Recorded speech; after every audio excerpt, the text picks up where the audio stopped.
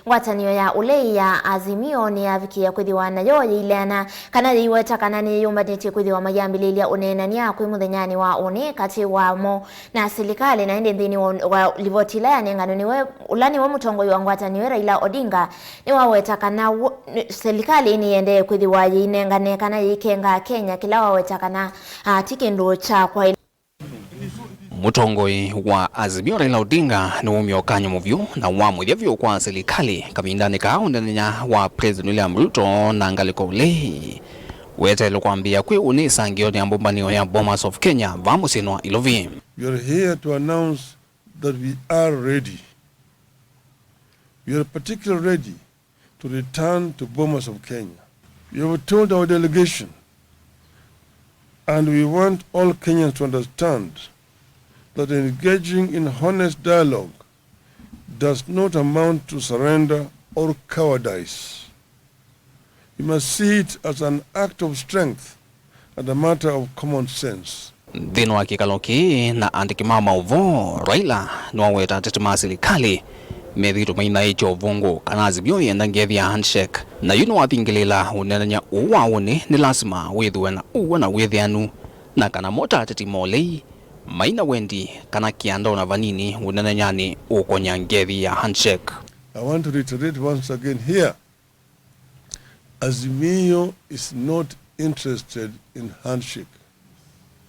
We don't want to shake anybody's hands, particularly those people whose hands are tainted with the blood of innocent Kenyans. Raila niwaweta maundu onthe ala manaende yiva Kenya na ala maende o unimasi ya iwe ni nthi onthe na kwa witambia Azimio kwikala mesani na Silikali ya ile kuosota wonan'yo wa wia.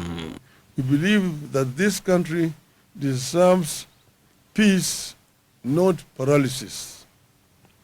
That is why we have stood down our protests to give dialogue and peace a chance.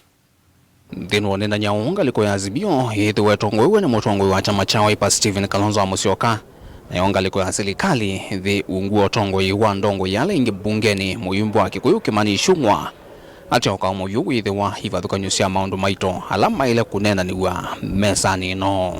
We remain committed to negotiating in good faith on the basis of a plan to achieve a comprehensive settlement of the country's problems through dialogue.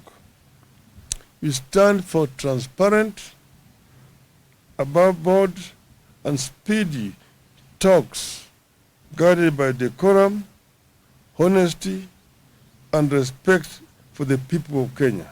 We appeal to Kenya Kwanza that vitriol must now end because it won't work.